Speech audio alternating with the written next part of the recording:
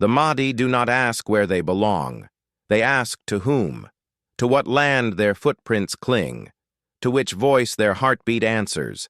And in the spaces between war and exile, they whisper, Madi T, the Madi mouth. Across the porous borders of Uganda and Sudan, the Madi have walked freely, not because they were rootless, but because their roots ran so deep they pierced the borders themselves. War swept across both nations like fire through dry grass.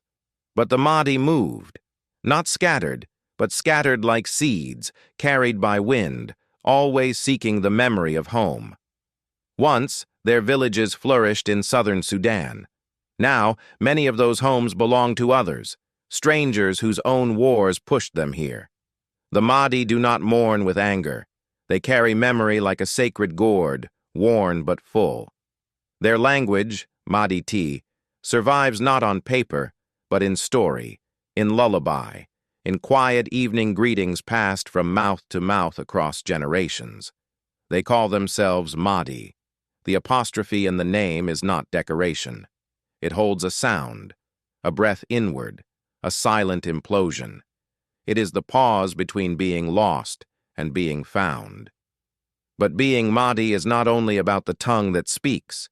It is about Suru, the clan, the lineage, the bloodline.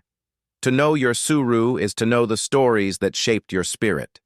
To be Pa, a child of someone, is to belong to a tree whose roots sprawl through time.